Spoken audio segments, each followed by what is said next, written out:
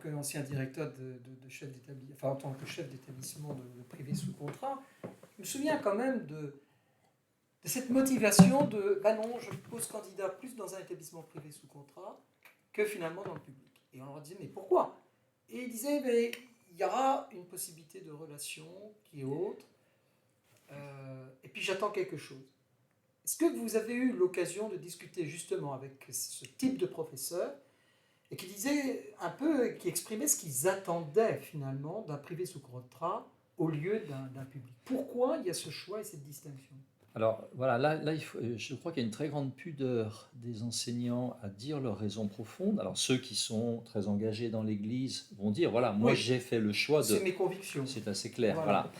Pour beaucoup d'autres, c'est délicat parce que au pire, ça peut être de l'opportunisme.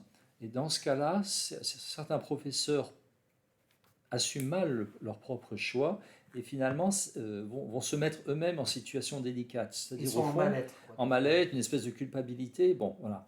Et puis pour d'autres, il y a des raisons qui sont peut-être assez confuses, mais dans l'ordre de ce que vous dites, c'est-à-dire une certaine attente d'une qualité, d'une certaine considération des personnes. Moi, ce qui m'intéresse le plus, c'est pas comment ils arrivent, mais comment ils évoluent.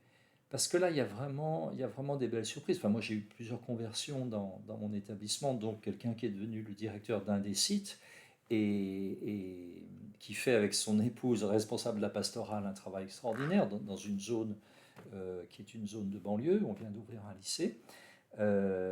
Voilà, comment les gens vont-ils évoluer? Ce que je remarque, c'est que si l'évolution, comment dire, un enseignant peut très vite prendre ses aises, trouver son rythme et finalement ne plus beaucoup évoluer.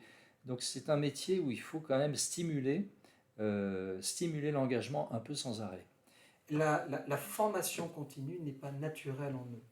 La formation continue, dans ce qui est proposé par l'éducation nationale, voire Formiris, est souvent relativement technique, ce qui n'est pas négligeable évidemment, mais au niveau de la formation continue plus anthropologique, spirituelle, des raisons d'éduquer, c'est moins évident. Alors, voilà, moi je participe à quelques propositions dans ce sens-là, mais les enseignants ont souvent de la peine à se dire « allez, j'investis, je prends du temps pour ça ».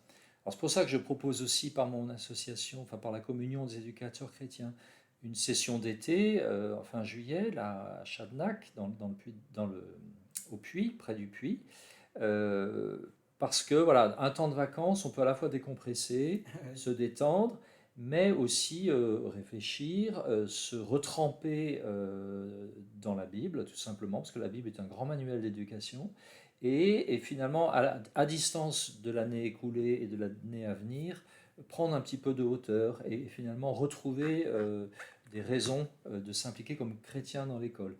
Mais cette démarche n'est pas simple. Beaucoup d'enseignants ne veulent pas investir pendant leurs vacances dans quelque chose qui les engage en profondeur.